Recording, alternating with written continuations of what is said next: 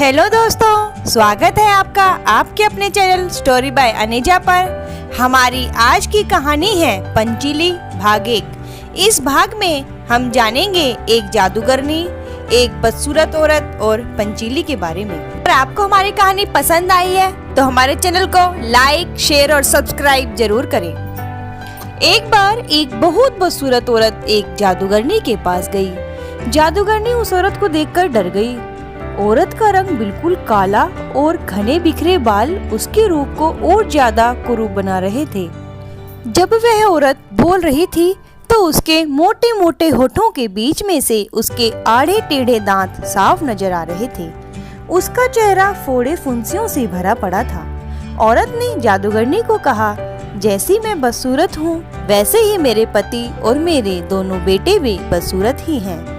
लोग हमारा और हमारे बच्चों का बहुत मजाक उड़ाते हैं। मुझे एक बेटी चाहिए जो बहुत ही खूबसूरत हो और छोटी सी हो, उस जैसा कोई ना हो। जब भी लोग हमारी बेटी को देखें तो बस देखते ही रहें। हमारी बेटी परियों से भी ज्यादा सुंदर हो और फूलों से भी ज्यादा कोमल।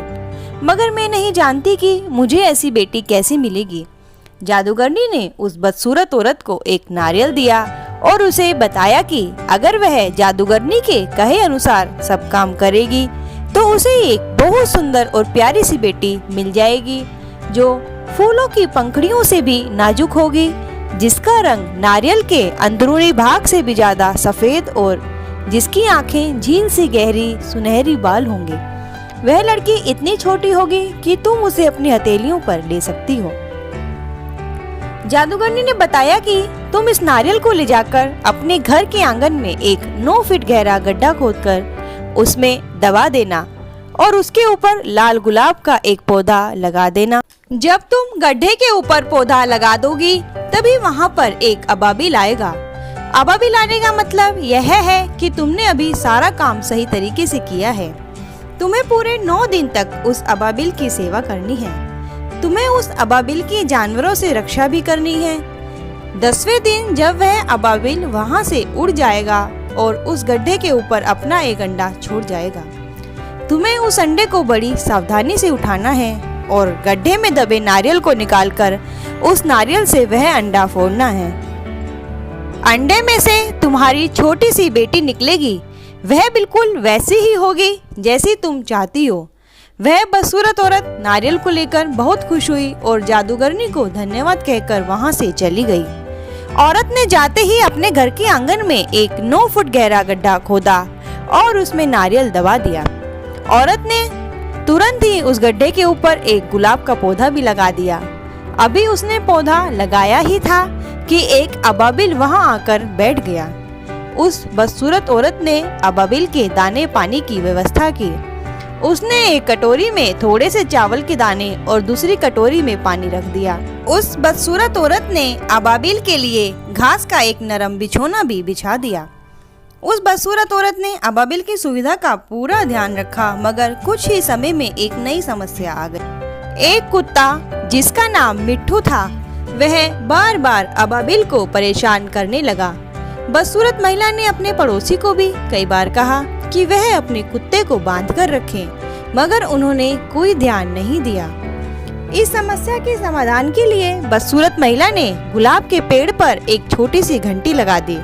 अब जब भी वह कुत्ता आकर अबाबिल को परेशान करता तो अबाबिल वह घंटी बजा देता और बदसूरत महिला आकर कुत्ते को वहां से भगा देती। इस प्रकार उस बदसूरत औरत ने पूरे 9 दिन तक अबाबिल की देखभाल की और 10वें दिन जब वह सोकर उठी तो अबाबिल वहां से जा चुका था और अबाबिल के बिछोने पर एक अंडा पड़ा हुआ था।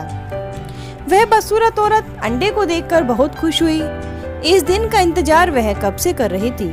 उसने जल्दी जल्दी अंडे को हाथ में उठाया और गड्ढे में से उस नारियल को भी बाहर निकाल लिया।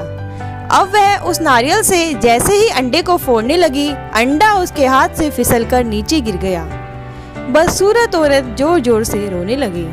उसमें अंडे को देखने की हिम्मत नहीं बची थी। उसने बहुत हिम्मत करके रोते रोते अंडे को देखा।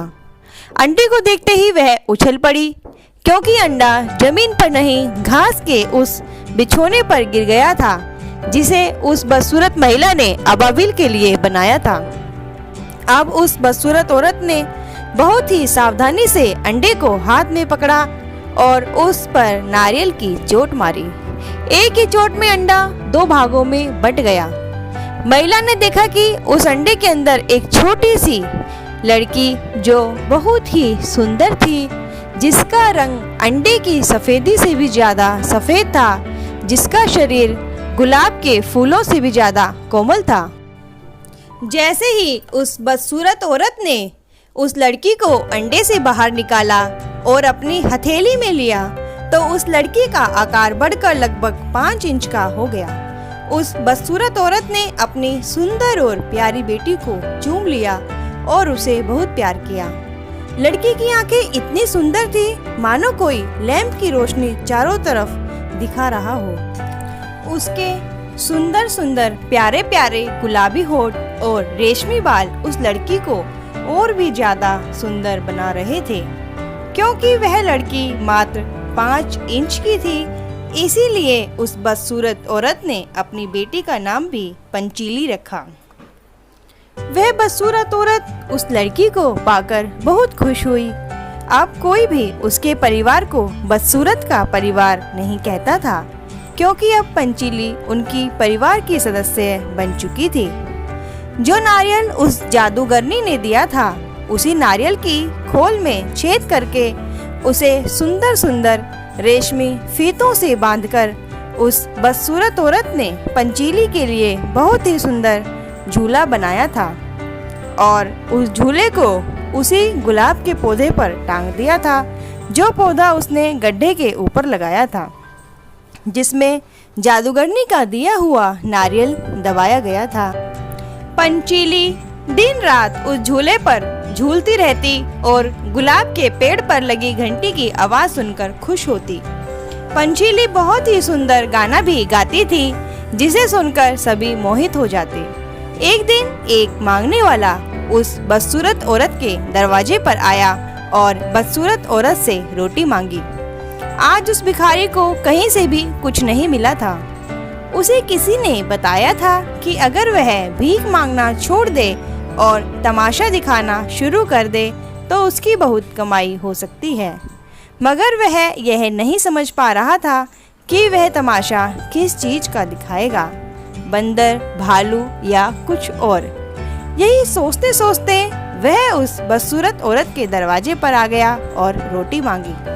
जब वह बदसूरत औरत घर के अंदर रोटी लेने गई, तभी उस भिखारी ने पंचीली का गाना सुना। इतनी मधुर आवाज उसने आज तक नहीं सुनी थी। उसने चारों तरफ देखा मगर कोई नजर न आया। आवाज का पीछा करते करते वह घर के आंगन में आ गया और जब उसने उस गुलाब के पौधे पर लगे झूले को देखा और झूले के अंदर बैठी पंचीली को देखा तो वह हैरान रह गया, क्योंकि ना तो उसने आज तक इतनी सुंदर लड़की देखी थी और ना ही इतना मधुर गाना सुना था। उस भिखारी ने मन में सोचा, अगर मैं इस लड़की को यहाँ से ले जाकर इसका तमाशा और गाना लोगों को सुनाऊं, तो अवश्य ही मेरी बहुत कमाई हो जाएगी। इसी लालच में आकर उस भिखारी ने पंचोली को अपनी हथेली में दबोचा और झोली में डालकर वहाँ से भाग गया। जब वह बदसूरत औरत रोटी लेकर बाहर आई तो वहाँ पर ना तो भिखारी था ना ही उसकी बेटी पंचीली। वह बदसूरत औरत जोर जोर से रोने लगी, मगर अब कोई फायदा नहीं होने वाला था। वह भिखारी उसकी बेटी को लेकर बहुत दूर जा चुका था। वह बदसूरत औरत दोबारा उसी जादूगरनी के पास गई और पंचोली को ढूंढने में जादूगरनी की मदद मांगी। जादूगरनी को बहुत गुस्सा आया और उसने उस बदसूरत औरत को पत्थर का बना दिया। जादूगरनी ने कहा, तुमने उस लड़की का ध्यान नहीं रखा।